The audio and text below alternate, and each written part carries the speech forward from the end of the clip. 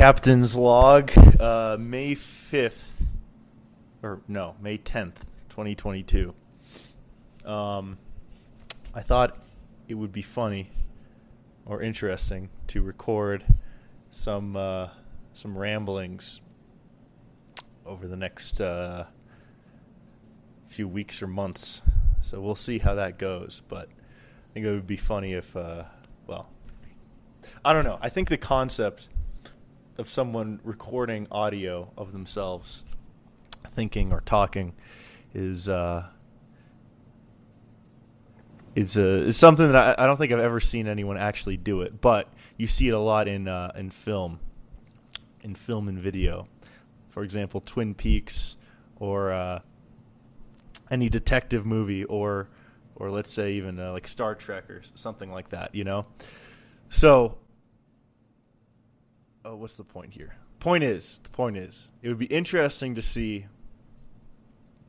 that piece of media done by, I don't know. I feel like it would be interesting to see how it turns out if I did it.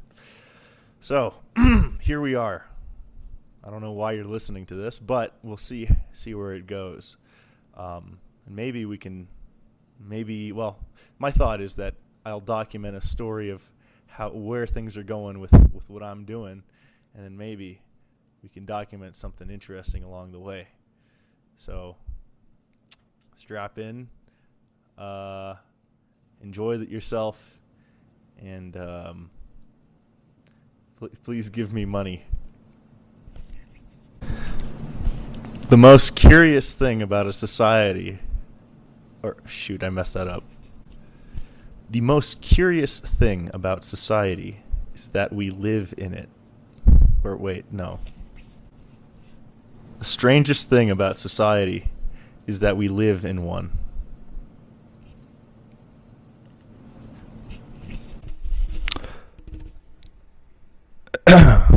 May 10th, 2022 at 21:22 hours. Snooki got bongo fever. May 10th, 2022 at 9:23 p.m. Snooki going boo-boo mode. May 10th, 2022 at 9:24 p.m. Someone said to me, at Goosenav, show me your princess parts, and then put in parentheses, pouts. I have no idea what that means, and I'm scared to ask. May 10, 2022 at 9:28 p.m. This is a quote. You're more pee-pee poo-poo doomer chad-pilled than esoteric nutsack. Said by racist Gandhi. Nobody knows the troubles I've seen. Nobody knows my sorrow. Let me look up the lyrics real quick. Nobody knows the trouble. Okay.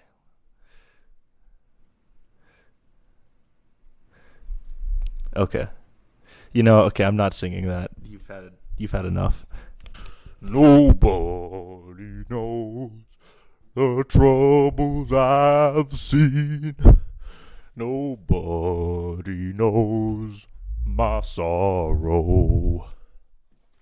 Nobody knows the troubles I've seen. Glory, hallelujah.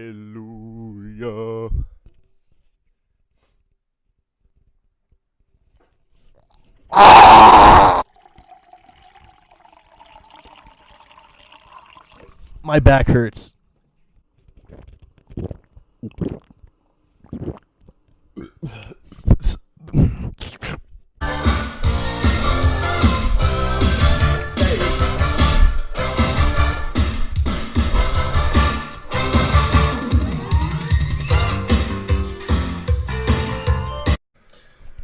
Star date 69 420 balls.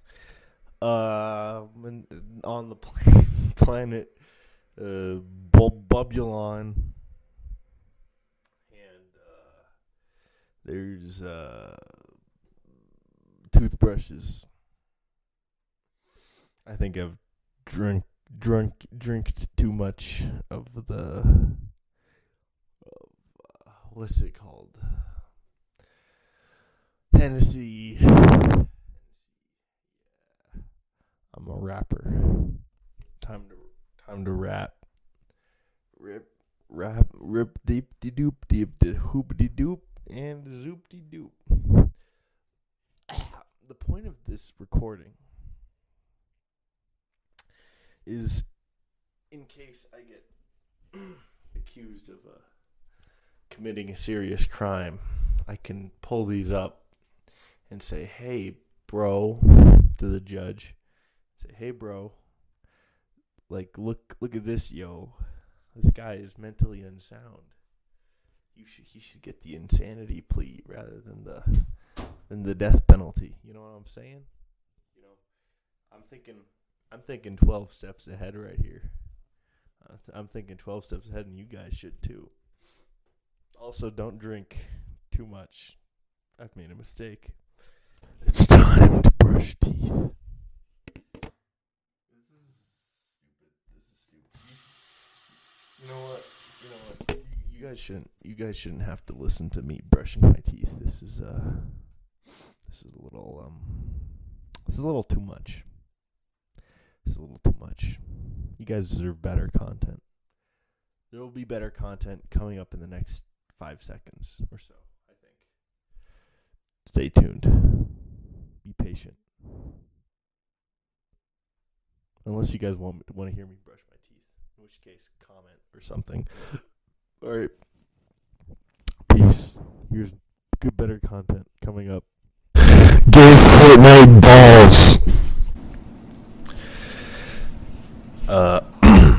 May 11th, 2022 at 2:13 p.m.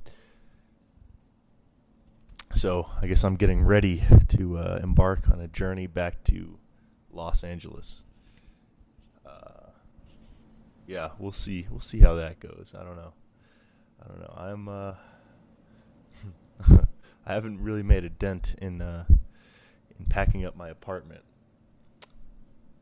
But I guess I don't know. A few hours of packing and I'll be able to go, but it's not looking good. It's not looking too good, apartment bros. Yeah. I was deadlifting yesterday, and my back is I don't think it doesn't feel like I hurt my back. It just feels sore, you know. Probably cuz I'm working out a new muscle I haven't really worked out before. But yeah, gotta go work out today. I gotta go pack up, and then I gotta leave at like 3 or 4 a.m. tomorrow. So yeah, that's gonna be interesting. Wait, is it what day? It's the 11th. It's the 11th, right? Anyway, yesterday was a interesting night. May 11, 2022.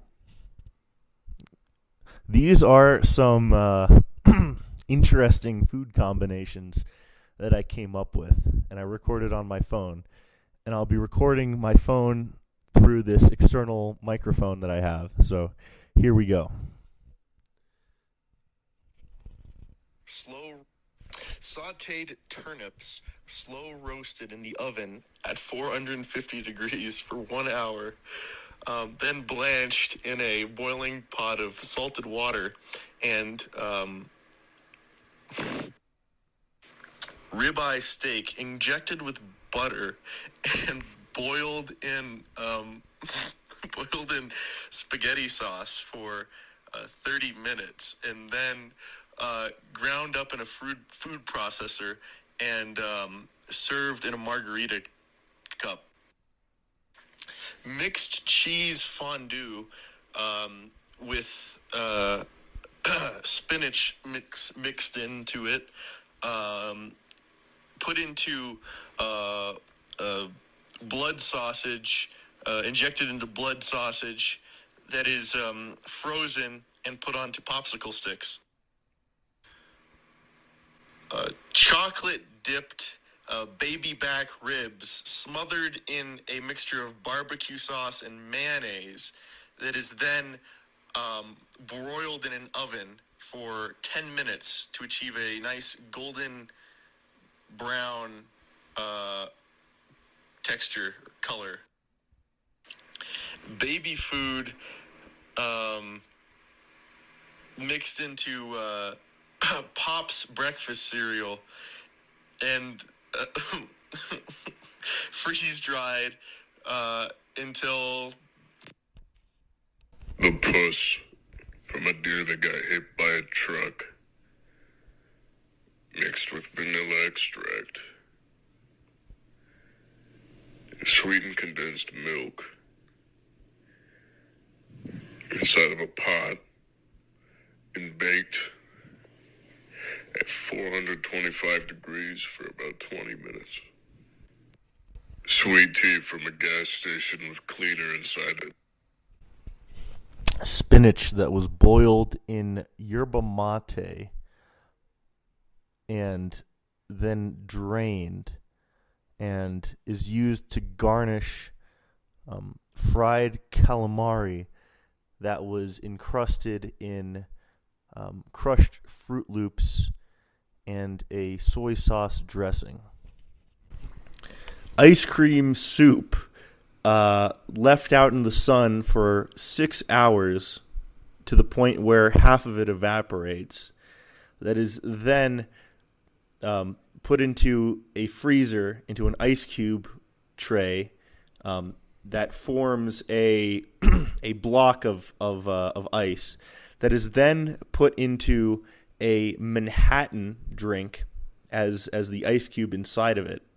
That is fed to an Italian mobster, and then he is forced to vomit it out, and the the resulting splatter becomes the base garnish for a filet mignon.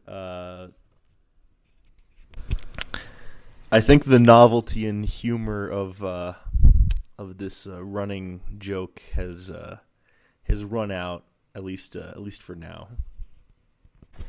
Stardate May 11, 2022 at 11:16 p.m. I still have a lot of work to do packing everything up. Right now, the thing I'm trying to do is I got this cactus that my ex gave me, and it's been sitting in my room for over a year now, and it's probably not gonna fare well in my car, just given the fact that I drive like a maniac. So I think the best course of action is to find a place to plant it out here. So yeah, I'm probably gonna do that, but I don't know if it's a good idea. Plus, I don't know anything about botany, so the likelihood this cactus dies a horrible death is unfortunately high. So maybe the best course of action would just be to drive out to Arizona and then drop it off there. I don't know. Let me know in the comments what you think I should do. This is a funny idea from Esoteric Winterism on Instagram. You have a restaurant that basically describes all their dishes in the way that we described them around a minute ago, like saltwater encrusted fish with sour apple glaze or something like that, you know. But essentially, the gimmick would be you have these really bizarre food item names, but every single menu item is just a burger or a burger variant of some sort. That'd be funny. It's like they're not like crazy burgers either. It's just like a regular mom and pop restaurant of some sort. I don't know. You do the math. You do the math. Look up that Mike Ma tweet. That's hilarious. You do the math. I can't say it on here because I would get beaten in the streets. Beaten in the streets, not beaten off in the streets. I wish that would happen to me, but just beaten in the streets for saying what was said in that tweet. Yeah.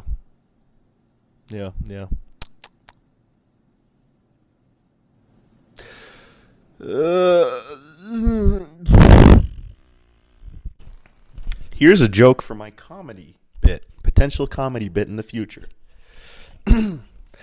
So if you guys ever watched comedy in the 1990s, you know that women usually go to the bathroom in groups. So that's why I usually hang out in women's restrooms so I can snag one as they're scurrying away and drag them back to the dungeon in my basement to eat them. So if you ever watched comedy in the 1990s, you'd know that women usually go to the bathroom in groups, you know. So that's why usually on my time off, I hang out in women's restrooms and in the corner, and I grab one as they're scurrying away and drag them back to the dungeon in my basement to eat them.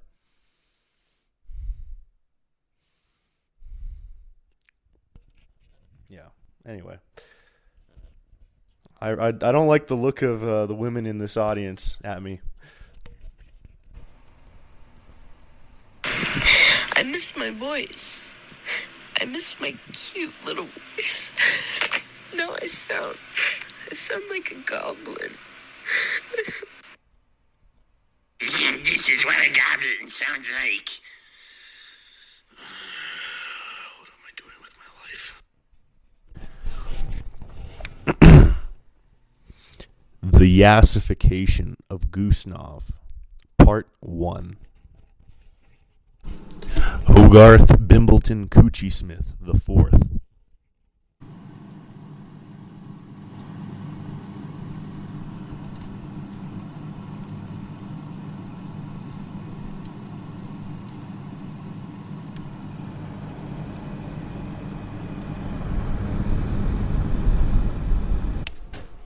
Stardate May 12th, 2022 at approximately 2 a.m. So, I had an interesting idea, and maybe it'll end up like the rest of my interesting ideas, meaning it goes nowhere, but we'll see if it has promise. I could potentially start doing stand-up comedy of some sort, and see where that leads. And since Los Angeles is, one of the entertainment capitals of the world, then maybe I'm going in just the right place to have a good start in that industry. Maybe. Chesterton, Bingleshire, McRudolph, Bumbleton, Squansworth,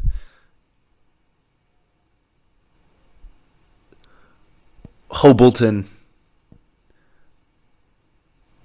Jr., Esquire, PhD in philosophy, in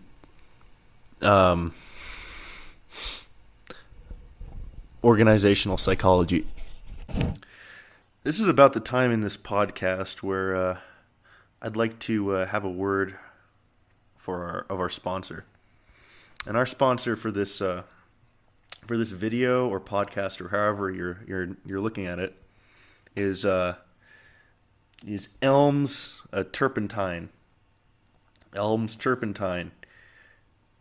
For all of your turpentine needs, found wherever turpentine is sold. Gosh, I'm not very funny, or am I? Within the mind of every artist or creator, there are two competing voices.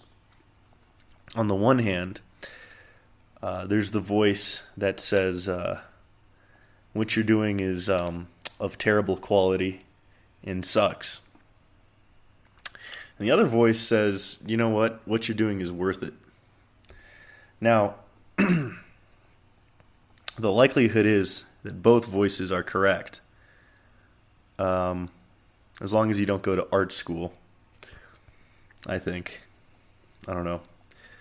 But anyway, I might not be very funny or anything like that. Or maybe I am funny. I don't know. But why not try it and see what the fullest extent of your potential is, you know? Why not lie to yourself and say, hey, I'm actually pretty funny? And, I don't know, base what you're doing off of that assumption and see where it takes you, you know? Maybe that's a good way of living life. Maybe you give yourself some false confidence, or you promise yourself that you'll be able to do something well, regardless of maybe what the realistic potential is. I don't know. Who knows? Who knows? We'll see. We'll see where that goes. Maybe this is probably true for business too, and all these other things. Like, I don't know, you only have one life to live, and there isn't really any reason not to take a major risk if there's a potentially large reward at the end of it, you know? So, I don't know. Bro, this is so deep. This is so deep. I should be paying you guys for this. I'm your therapist. I'm my own therapist. This is so fucking deep, dude. Like, man, I'm a genius. This is just like the no one's ever said this take before. I'm sure you guys haven't heard this take a billion times before. This is so fucking deep. My friend and I came up with this idea, or we're talking about this idea at least a few months ago. And we called it, I guess, like controlled narcissism or something like that. But like essentially, like, I don't know, everyone's insecure, you know, we're all human, we're all frail, we're all like, you know, not perfect, you know? And I think since you kind of know who you are, you know your limitations and your frailties, you can kind of maybe get fixated on them. And what we said is, you know what, maybe you just gotta like, instead of like just listening to those voices, like tell yourself the exact opposite. So if you say like, you know what, maybe I'm not very smart, tell yourself, no, I'm very smart. Or if you say like, no, I'm not very creative, or I'm not this or that, then like tell yourself the exact opposite, and then like try your best to believe it. And I think like the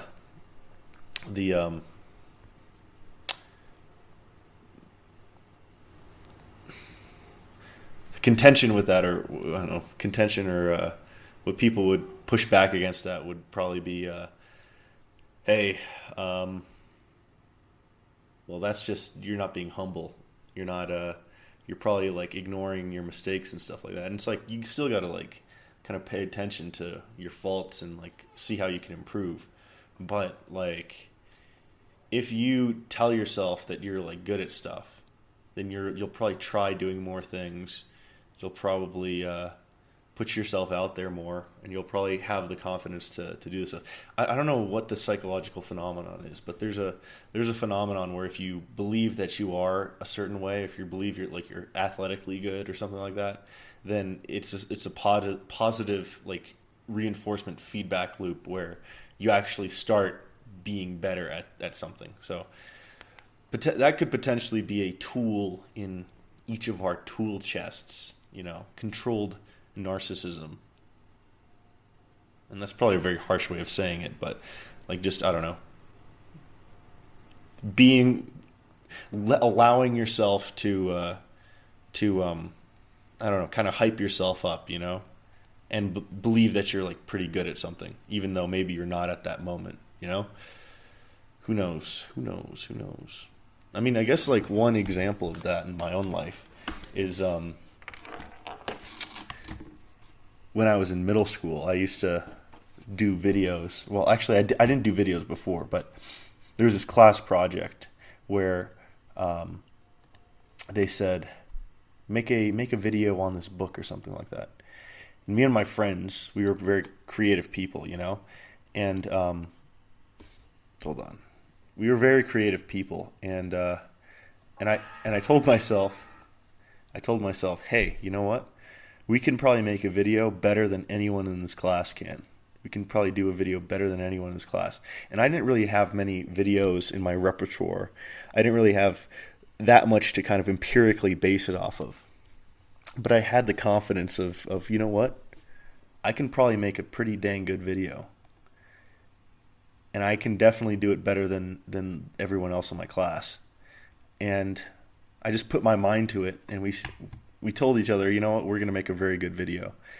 And like we ended up making like I think a 20-minute like short film, and honestly looking back on it today, it was really good, especially since we made it in like the 6th grade. But like if we hadn't told ourselves that we would make the best video in the class, then maybe we would have just made a mediocre video that no one would have cared about, you know? Maybe it would have been something that was a mediocre video, you know? Maybe what you tell yourself about your potential has a big effect on what you can actually do, you know? I mean, I think I've learned that also from mechanical engineering. While I'm in, what do you call it? From my many years in this this field, this major, right? In my many years that I'm in this major, I realized that most engineers actually don't know all these different things, and they aren't necessarily good at all these engineering problems. What the engineering field major teaches you is how to kind of approach a problem that you have no idea how to solve and come up with an okay answer. And you don't really need a degree for that. You just need the confidence to approach a problem that's a complete unknown to you and come up with a solution of some sort. And I feel, and if you had the confidence of, like, let's say creating a shed or renovating your car or something else, and you just said, you know what, I can do it and I can solve it, and I'm going to go solve it, I would say that I would probably guarantee that you could solve the problem, or you could get close to solving it if you just put yourself into that situation and believed that you could solve it. Because you'd find solutions, you'd look for different resources, and you'd figure it out like that. So, yeah.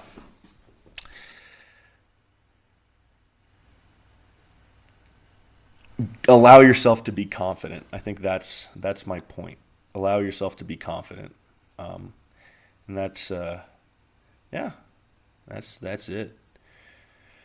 Okay, now back to the unfunny random garbage. Bye. All right, so this is a interesting idea I want to explore. I don't exactly know how it's going to go, so I'm just going to riff for a little bit. So, since the I guess the beginning of humanity, people have obsessed over the question of what happens in the future and what determines the future.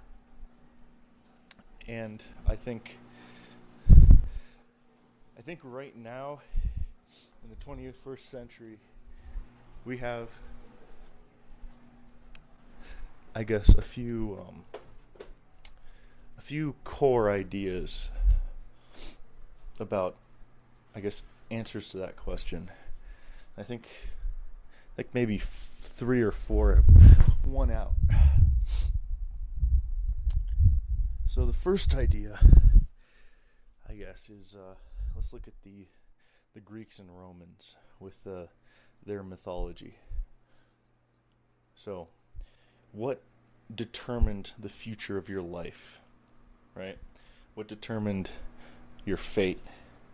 in Greek and Roman mythology, from my understanding, it was the three fates who wove out the lifeline of every human soul.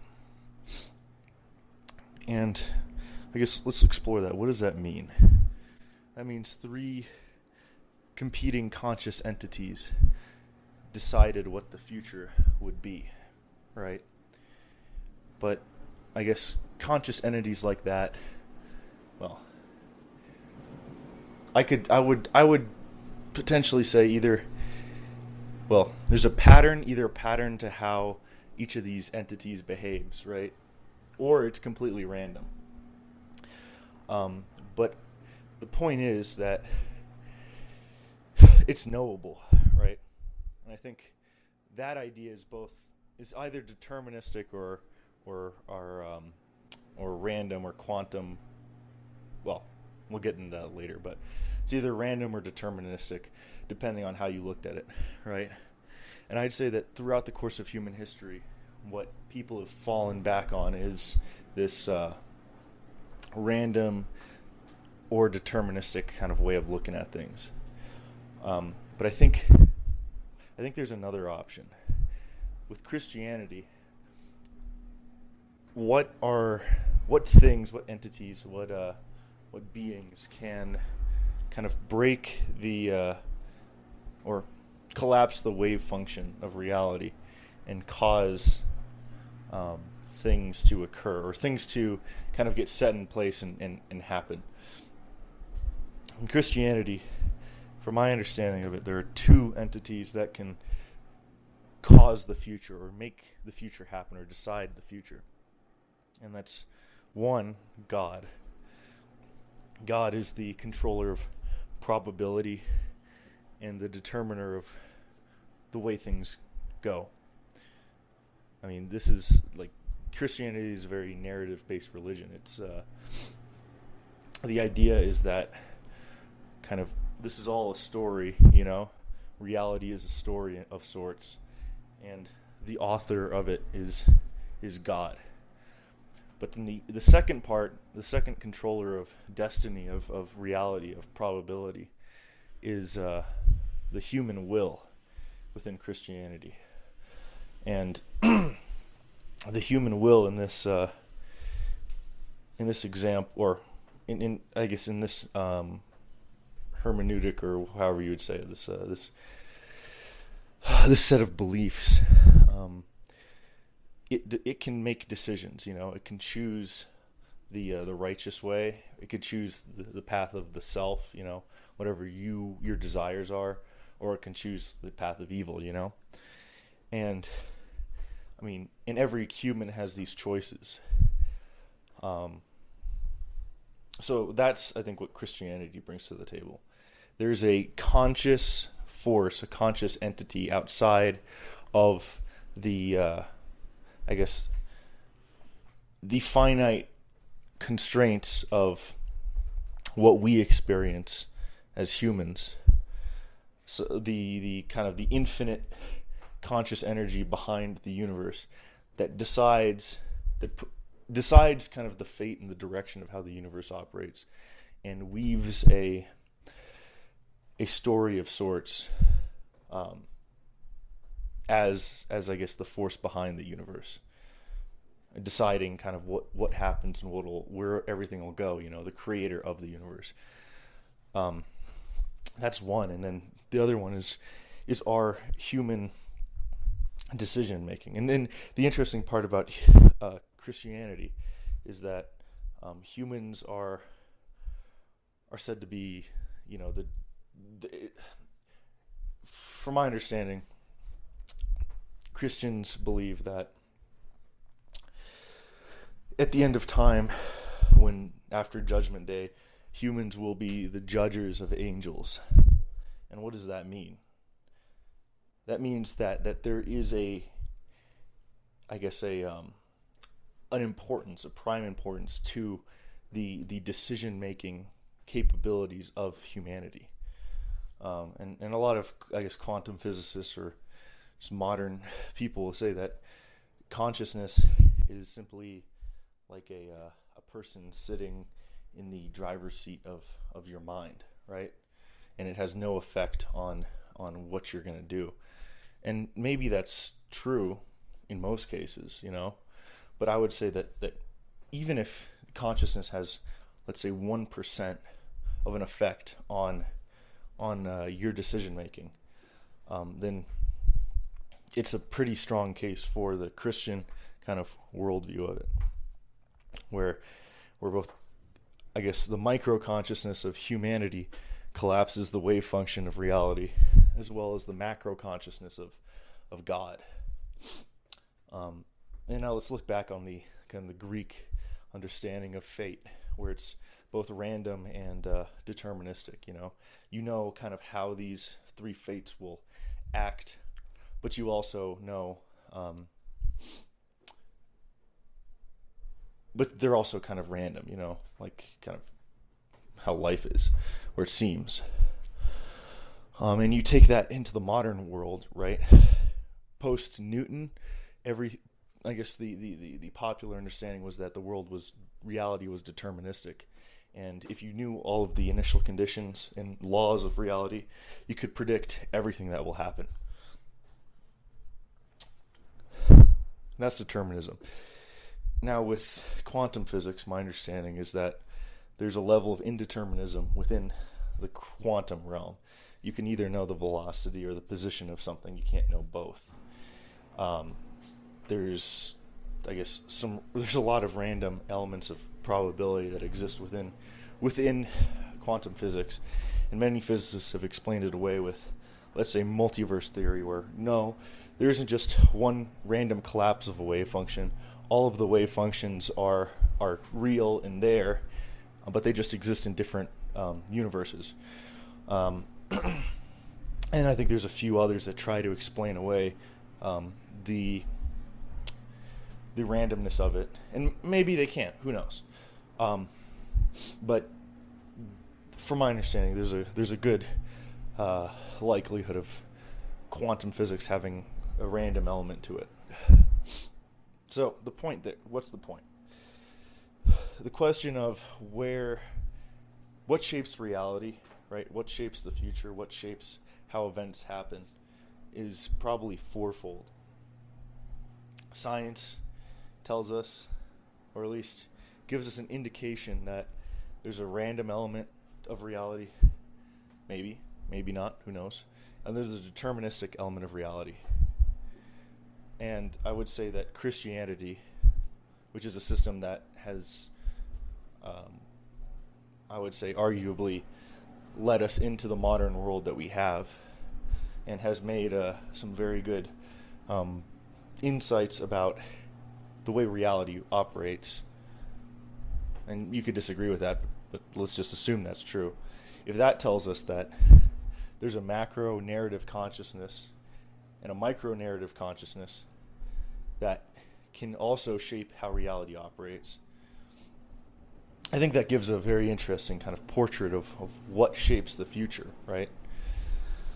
And I think that the two elements of that, the narrative consciousnesses of the micro and macro, are interesting because, like, reality isn't just a kind of like a stale, sterilized kind of lifeless, abiotic, chess match where nothing. Well, maybe not a chess match. Let's say a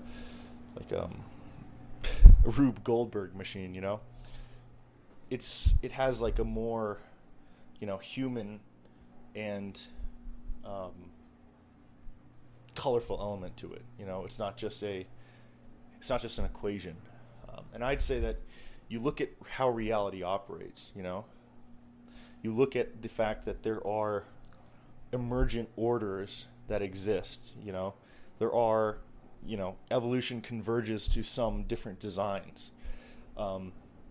There are like golden ratios. There are structures within the universe that we see everywhere. The golden ratio, the Fibonacci sequence, other things like that. I think that and also just mathematical truths and some of the kind of the Platonic kind of ideas that we have about reality, where it kind of points us in a direction of saying, you know what actually causes these kind of how would you say it? These beautiful patterns to emerge. What is the source of these beautiful patterns? And I would say that the source of that is the fact that reality isn't just some sterile, a deterministic Rube Goldberg machine. It actually has an element of it that is narrative, and maybe in a broader sense, has an aesthetic quality to it. That the aesthetic, that the artful, isn't just something that emerges from humanity, the human mind, which many would say is where aesthetics come from, but is something that is more ingrained in the fundamental fabric of reality in the universe, right? So, I don't know, the point of all this, and this is rambly, I know, but none of this is prepared. I'm just trying to think of the stuff on the spot. But the point of this is, what determines reality is in part aesthetic. It's not just something that is abiotic. There's a conscious determination, an aesthetic kind of determination of what's going to happen and how it's going to happen, which would be cool. It's cool if true, big if true, But anyway, do with this information what you will. Think about it, and if this idea is already tread upon or whatever, then maybe tell me where you found some information about it. But yeah, I think this is important. Another big point I would say is that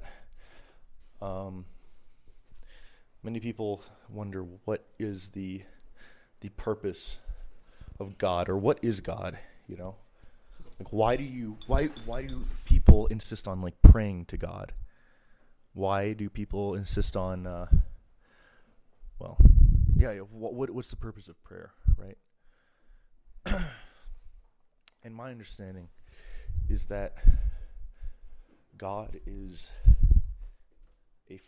among many other things, is the let's step back 1 second. What can God do in reality? I mean, you had the what were the founding fathers? Whatever the founding fathers were. The one where God doesn't touch the universe; He's just a watchmaker. What's the point there? God's just a watchmaker. Shoot. I'm forgetting. I'm blanking. It's like 3 or 4 a.m., so I'm not as sharp. But watchmaker. Where were we going with this? Hold on. Can I get a cheeseburger with cheese and a McDouble fries and okay, I found out what my point was. My point is that God's power in our universe lies in His ability to alter probability and artificially decide what path the wave function will take and how it'll collapse. And the thought, the concept is that prayer is an intercession on the behalf of you and God, to kind of tell God or ask God, hey, can you help this to happen? And by kind of manipulating the probability fields, how probability kind of pans out, God can kind of, make miracles. And this is, I don't know, this is, I think this is a decent idea where that kind of roots miracles in something kind of real, because if you just say, oh, miracles are magic, I don't think miracles are magic. I think miracles can happen, through the laws of physics. But the way that they happen is by a manipulation of the probability fields of reality. And that's essentially what you're doing when you're praying. You're asking for that. And not just in like a oh, you give me this and I'll do that, but more of a, asking for intercession or as one function of prayer, or however you want to say that. Anyway, that was a lot of words just to say that God's superpower is probability and manipulation. You guys are probably sitting there, twiddling your thumbs with a glazed over look in your eye, staring at the computer screen with bloodshot eyes, telling yourselves, why am I listening to this podcast or whatever this is, this dancing cow on the screen, or maybe it's a dub over some movie or something. I don't know. You're probably looking at it and saying, man, I have much better things to do with my time. But I'm here to tell you, Daddy Goosenov is here to tell you that oh, I remembered. Daddy Goosenov is here to tell you that quirky, funny moments are coming soon. As long as you hold on to your computer, and don't bang your head into it, and stop watching the video. Just be patient. Be patient. Daddy loves you. Thanks for listening.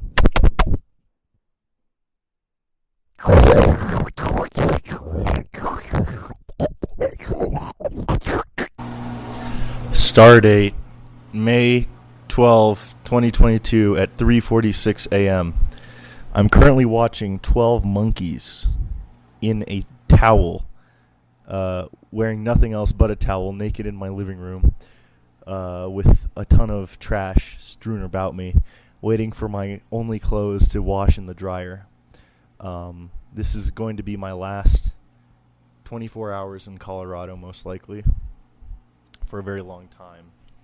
And I am not spending it.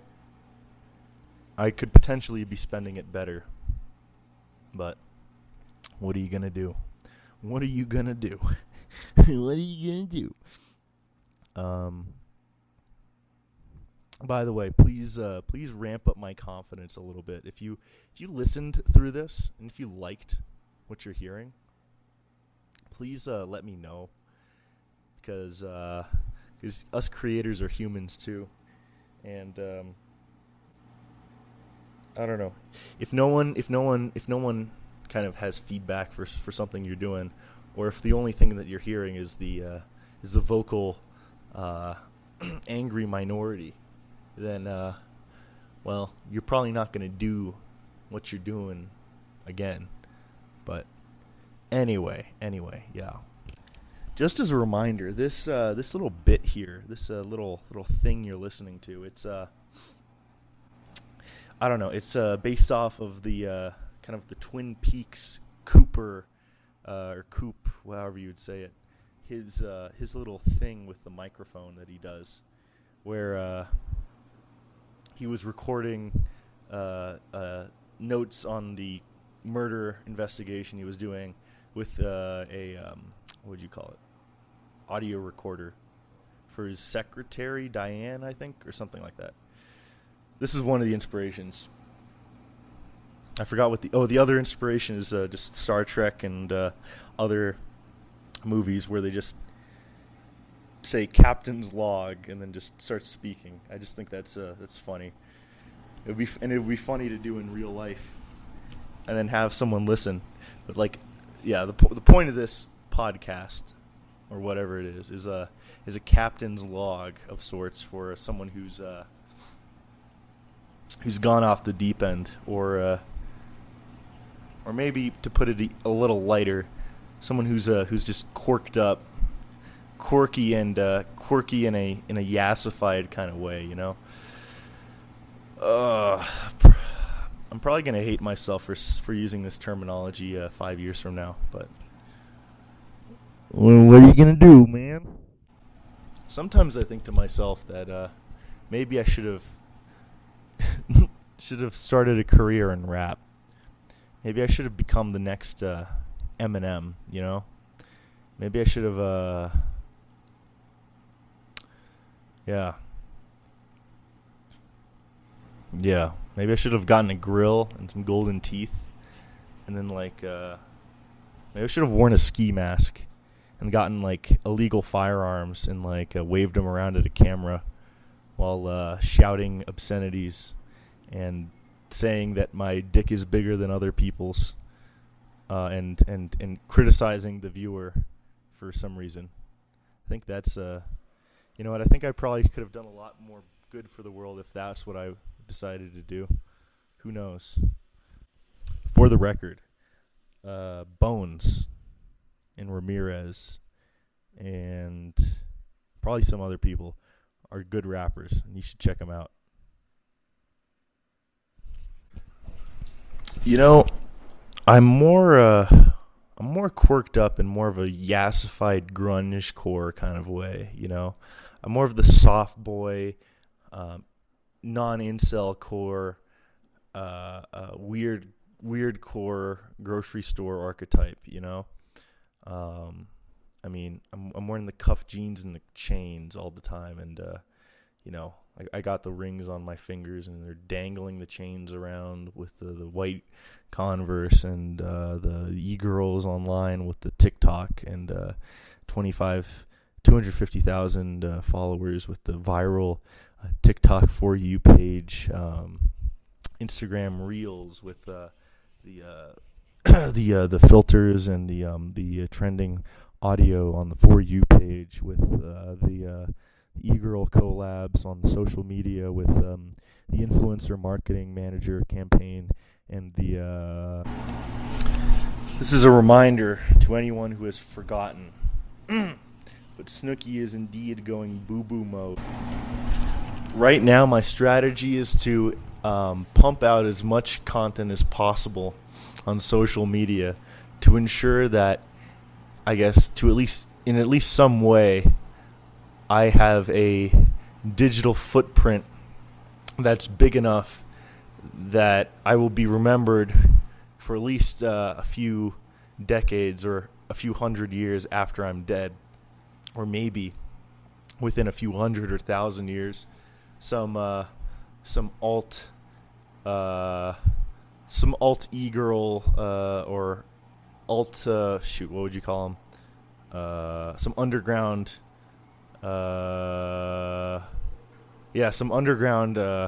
content aficionados find my stuff, and they're like, dang, this guy created some actually cool stuff, and then orbit me in the year 10,092 AD. That would be pretty cool. That's what I'm shooting for right now. Even if I'm not successful in my life right now, maybe 10,000 years from now, I'll have a following, and by that time, I'm gonna assume that potentially we're gonna have trillions of people. So if we have trillions of people, you know, and 0.01% of those people follow Goosenov on the intersolar Wi-Fi network. Let's calculate that out right now. This is cool. Around the Dyson Sphere project in 10,092 AD. Let's be conservative. We have 100,000 million, 100 million, billion, 100 billion, trillion. Trillion times 0.01. No, that's wrong. So let's say 1% of a trillion. That's it's 10 billion. Now let's say 1% of 1%. That's 100 million people. 100 million people is 1% of the current global population or something like that. So if I can make it, if I can put enough content out there, if I can create a digital footprint that's large enough and enough work that's large enough and a unique enough impact that's large enough that people 10,000 years from now might stumble upon some of my stuff and say, hey, this is pretty good. And 1% of 1% of the total global population 10,000 years from now thinks that I have something good. Like that'll be a success story. That's what I'm shooting for right now. Because like if you're successful right now, you probably are going to have like trillions of people over the course of humanity's lifetime that'll like your stuff. But like maybe if you're like a small artist or something, you can have people who like your stuff. And maybe you can get a big following by modern standards. I don't know. That's what I'm hoping. I'm hoping for that. I'm hoping that my work, like a million years from now, when we've like started reaching out into the different galaxies, like one of the what are those things called? One of the generation ships that lands on one of the planets out there.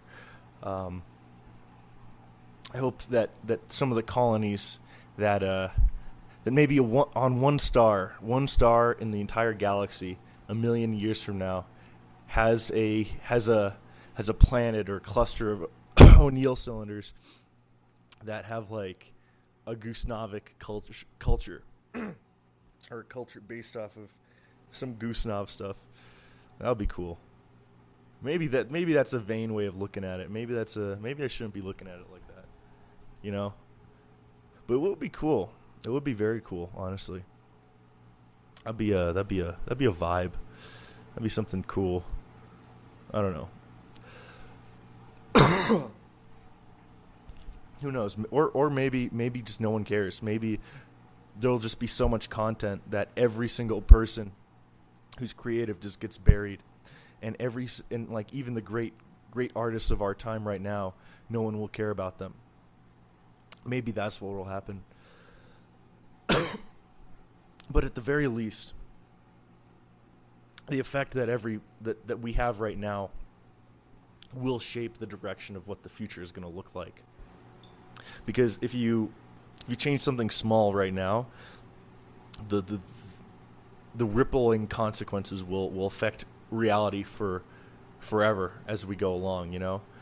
Like imagine the future is a gun, right? Or maybe not that. Let's say imagine the future is a bowling ball rolling down the bowling alley, and every person can kind of give it a little nudge as it's rolling, you know?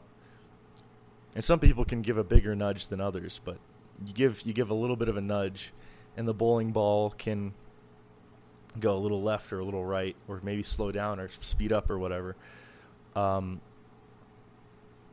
And that's kind of your contribution, you know? At the very least, that's your contribution. And you decide kind of what direction either art takes, or you can interpret the bowling ball as like humanity's pathway in art, or maybe in science, or maybe in civilization, or any other metric, or maybe just humanity itself, you know? You get to decide how you push it and where you push it.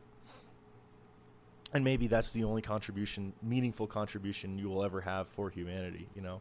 Just deciding kind of which direction the bowling ball gets slightly nudged. And I don't know. Maybe that's all right, you know? And the thing is, the earlier you start, you know, the more lives you're going to affect. Like if you're born like a million years from now, or a billion years from now, or whatever, like you're not going to have as big of an effect on the initial conditions of reality, you know? But someone who was born 2,000 years ago, 8,000 years ago, has a much greater effect on reality, because they built the institutions that created where we are now, you know? And maybe you could look at Hegel's dialectic for this as well. Like, where you are now necessarily requires where you were in the past, you know? So, anyway. We have some contribution for the world, reality, I guess. So, what you're doing doesn't really, isn't meaningless, even though nihilists of the 20th century think it is. Everything has meaning to it, you know? Even if you're going to look at this atheistically, everything has meaning to it. But, yeah. Anyway, I have a lot of work to do. Sexy bald ass white boy with the socks on. Okay, let me redo that. Sexy bald ass swag white boy with the chain on. Fat white man with the chain and the swag. Fat white man with the chain and the swag and the gold loop earrings. Morbidly obese white man with the chain and the swag and the top hat on.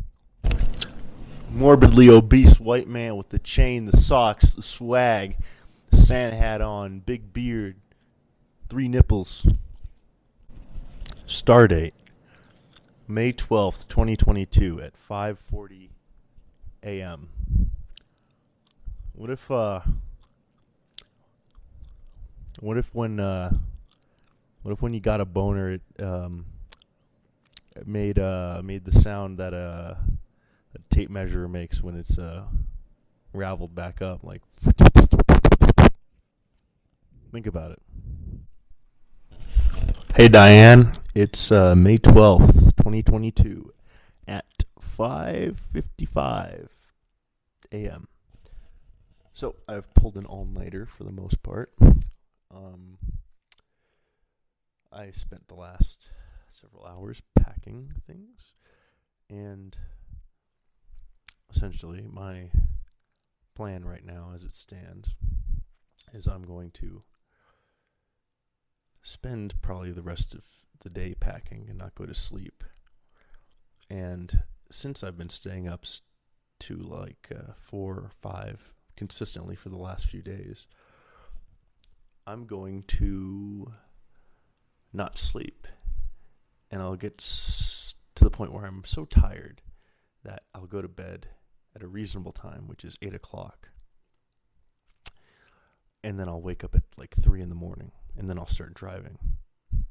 Now, this is necessary because usually when I drive out, I sleep like maybe 2 or 3 hours max, because I get anxious. Well, not really anxious, more excited. I get excited and I can't sleep. So by kind of gaming the system and pulling an all-nighter and forcing myself to sleep, maybe this will be the ticket. Maybe this will be the way to do it. We'll see. Yep. Anyway, good stuff. Brextable Coochiesworth the Fourth. Quick to the Clussy Mobile. Quick to the Clussy Copter. Note, for reference, Clussy is a term for clown pussy.